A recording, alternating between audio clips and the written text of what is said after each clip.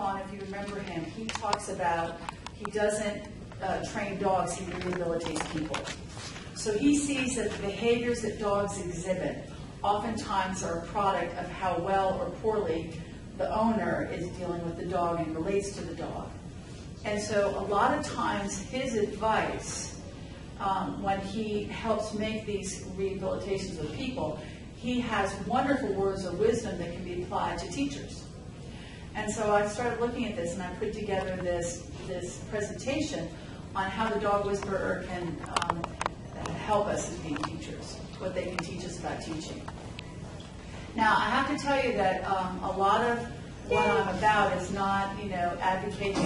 I say this jokingly. I'm not about like choke chains or leashes or muzzles. What really this is about is creating an environment in a classroom, working on who you are as a person, and how that can then transfer to kids in a healthy way. So we're going to look at all the things that Cesar Millan talks about when he's trying to understand why the animals behave the way they do, and he's going to be talking to the owners and making some recommendations or some observations. What my goal is for today is to first show you some of these very interesting analogies or these applications, but more important, I am convinced that at any time you look at any Cesar Millan tape, you would be able to get nuggets of really good insights on how to be a better teacher. So really what I'm doing is two things. One, showing you these connections, but also hoping to lead you to be able to watch a Cesar Millan show tomorrow and make some connections on your own now that you see it from this perspective, if that makes sense. Hi, who are you? My name is Kenny. Nice to meet you, Kenny. This is just something for later that will kind of, what I did is I took some quotes for him and showed the applications for teachers. I have to tell you, these are left over from a middle school conference I did years ago, but it's still good stuff. So what I'm going to do, here's Cesar Millan. I haven't have you seen him, Kenny, before? Yeah. So he's from Mexico originally, and so he has a bit of an accent, and we're just going to work with him. So we're going to start off, and he is coming into a situation where this dog, which is a Chihuahua, Nunu, sweet little Nunu, is a little possessive of his owner. Her partner can't get near her. It's very interesting. So he is going to talk about his assessment of what's going on with Nunu. And I'm going to stop it quite a bit, so I'll probably stay here as we're looking at things. Now, can we turn off the lights and you still get everything? Mm-hmm. It would actually be better if the lights are out. Okay. So here's our first case study. We're going to look at Nunu, and what we're going to see is him talking about this concept of energy and being a pack leader, okay? It's a dominant one. So we had a dominant nervous leader. Because emotional, excited human is not going to provide stability. It's going to provide excitement. All that behavior, which is not healthy. The reason I didn't, say hi to him is because he needs to smell me first. I need to become scent before sight, before sound. Okay, I don't want you smelling kids. But here's the first thing. He talks about that when he has a dominant dog, he doesn't go right in and go, "Hi, buddy, how you doing?" and, trying to make connections. He allows the dog to check him out to see who he is first. Right away, I see implications as a teacher that you might have a youngster that is kind of struggles in the classroom, maybe with authority, maybe with whatever, and he gets put into your room. I don't right away, I certainly say, "Hi, how are you?" But I don't right away go and try to immediately bond. Actually, what I do is then I'll go over and say, "Hey, Kenny, how's it going? Are you doing your work all right? Hey, high five." I model how cool I am as a teacher to other kids so that they can know what a nice person I am. But I'm not going to beg for that relationship on their terms. That person needs to come to me. And that's kind of what Cesar Millan is talking about. So, the other thing he talked about, if I come with nervous energy, sometimes with kids with lots of energy, if you come to them with more energy, it doesn't help. As in sometimes you get angry, and that energy doesn't help the interaction. Need him to feel my calm, assertive energy before my emotional, excited energy. You see, calm, assertive energy becomes pack leader. So when they have issues, you are going to be able to get rid of those issues if you represent authority figure. But if you represent lovable figure, you're going to nurture his issues and you're going to develop new issues. Have you ever heard of teachers who's like, if I love them enough, they're going to be okay? You just got to love your kids. What he's talking about is if you really care about those kids, you're going to put in rules and boundaries and a place that they feel safe because they know the consequences of whatever's going on. And sometimes just love isn't enough. Or to think about it, love is enough if you include in love is taking the kid on and making sure there are boundaries in place for them. Does that make sense? And so what he's talking about is this dog is out of control because all she did was love, love, love him, but she forgot to give him the boundaries as well. Since Nunu attacks anyone who tries to hug Tina, Caesar demonstrates how she can break this habit. Now you can hug. It was very important to let him know that that couch wasn't going to belong to him anymore. Now, Bassett, can you put it right in, please? That's right. Yeah, that's the only way I can handle it. That's right. What a cute puppy. Such That's a sweetheart. That's right. He's getting this face.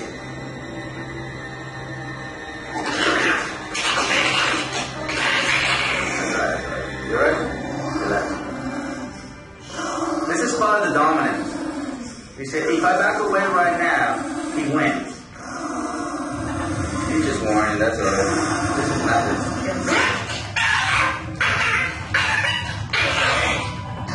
That's right.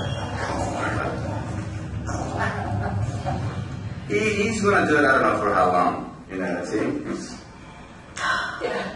Scares me. Yeah. What? They didn't want a dog that did this to people. Oh, no, but this is nothing. Okay, so I want to say two things about this. One is when you're the calmest sort of pack leader, sometimes things will act out, right, and blow up. And your reaction is to just still be the calmest sort of pack leader. And if you keep meeting that energy with that calm, but still in control, nobody can sustain that high level energy but for so long. It's when you and your frustrations and stuff add to it, young man, you better sit down. You know, you increase the energy. What he's talking about is a teacher needs to be centered, especially in times of crisis where someone is acting out, and respond, not react. The second thing I think is so poignant about this situation, did you hear her say, I didn't want a dog to be this way? Think about you as a teacher.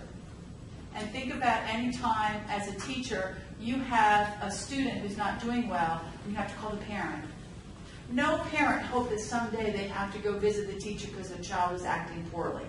No parent ever does that. So when they come in to visit you, they might feel guilty, they might feel ashamed, they might feel, frustrated with the child. They might mask it by attacking and saying, well, what are you doing wrong? But the bottom line is be compassionate to those parents who come in because they didn't raise their kid to be this way on purpose. It's just a series of who we are as humans, and sometimes we're imperfect, and sometimes things happen with kids. So he's gonna make a reference to like kids, and I want you to hear that. Right? But see, this is how you have to deal with things like this, like teenagers like that, you know what I mean? Yeah. You gotta stand your grounds, and you gotta hold him, you have to let him know that behavior is unwanted by you. But if you run away, if you become fearful, if you become nervous, anything like that is only going to intensify his unwanted behavior. Yeah. And that's why the best gift you can give as a teacher is what I call take kids on. Don't ignore the behavior. You don't have to yell at them. You just have to say, you can't do that. I used to always say, I promise you that every time you put your head down to go to sleep, I will always, every single time address it. I promise you I will, because I want you to be in my class and get a good grade. So I'm just letting you know right now, no harm, no foul, I'm not mad, but I'm not going to let you sleep in my class. I did not have one issue unless the kid was sick, sleeping in my class. I just didn't, because they knew I'd always address it. So it was kind of like who was more stubborn. There you go. See, he's giving up. See, the touch has to be calm, assertive. Your hand becomes a mouth, and your fingertips are teeth. So I'm biting. You're not biting. I'm biting. And he's, the more you do stuff like that, is the better to get rid of the behavior. That's better. It's gonna go away. It doesn't stay too long. In their natural world, another dog will come, put him in the ground, and make him surrender until he give up. But because human has never done something like this to him, he never surrendered to human. What human finished doing is human finished being fearful of him. Did you see it? Or giving him affection, or giving him a cookie, or giving him a toy so he can calm down, which that's not going to erase that problem. Right. So can you see the connections of what he's saying with what is he saying in relation to what can you get from this as a teacher? He said, nobody ever took him on. They just tried to avoid it because fearful, or they gave him a cookie, or they just ignored it. How could this help you think through how you're going to deal with kids as a teacher? Well, they're giving into his aggression, and so he can't fix it because he doesn't know it's wrong. So right, if no one gives him an alternative way, or to give feedback to say this feeling is unwanted by you. I could try the Hispanic accent, but I wouldn't do well. But he's just saying that not many people, and I think teachers get fearful and pass kids on without really what I call taking them on. And when I say that, it's not aggressively. It's I notice you and I am here for your best interest. I don't want you to have temper tantrums. I want you to be here in class. So every single time I'm going to address it. I promise you, because I care about you. And when you do that, sometimes go, you just misbehave. Now I've got to do something. You got to have consequences. It breaks my heart to give it to you, but you got a silent lunch. And I'm telling you, kids get very discombobulated with that because they generally think the teachers are punitive because they don't like them anymore, or they're mad. And when you're firm, fair, and friendly, they don't know how to respond to that.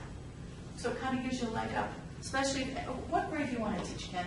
I'm shooting for 3rd or 2nd. Okay, and what is your name?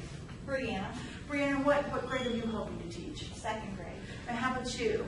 Brianna, middle or high, I'm not sure yet. Yeah, okay, so that's why we're both visiting, because you're social studies, right? Mm-hmm. Yay. I am a secondary social studies teacher and coordinator of the program. All right, so what just happened? Just a calm sort of energy, making him surrender. We'll get rid of this issue in a matter of no time. Yeah. Once he surrenders, and then you let it go. Well, there it is. Not yet. Well, he's pretending. But see, and it's not that we're using force, you know what I mean? No, It's not. a physical psychological touch that is triggering his brain to be challenged by a human. And the human wants to achieve calm submission. That's all I want. I just want him to be calm, submissive. When people rescue dogs, most of the time the rescue dogs, they have issues. Very few people rescue happy-go-lucky dogs. No, I know. You see what I mean? Very few people. So right now I'm blocking him. Okay. See, because if he comes to you, he becomes powerful again. And sometimes that happens with different teachers. It's like kids will go to the place where they can get the most freedom. All right, we're going to look at another scenario now. Yes. And here's what I want. We're going to meet Bella. And Bella is a pit bull who's as sweet as can be until she gets anywhere near another dog, and then she is a nightmare. And here's what I want you to listen to. A good thing for, she's, Emily. yeah, Emily. Did I say Emily? You said Bella. Okay, Emily. I lied. It's Emily the pit bull. What I want you to get out of this is why sometimes behaviors happen in kids.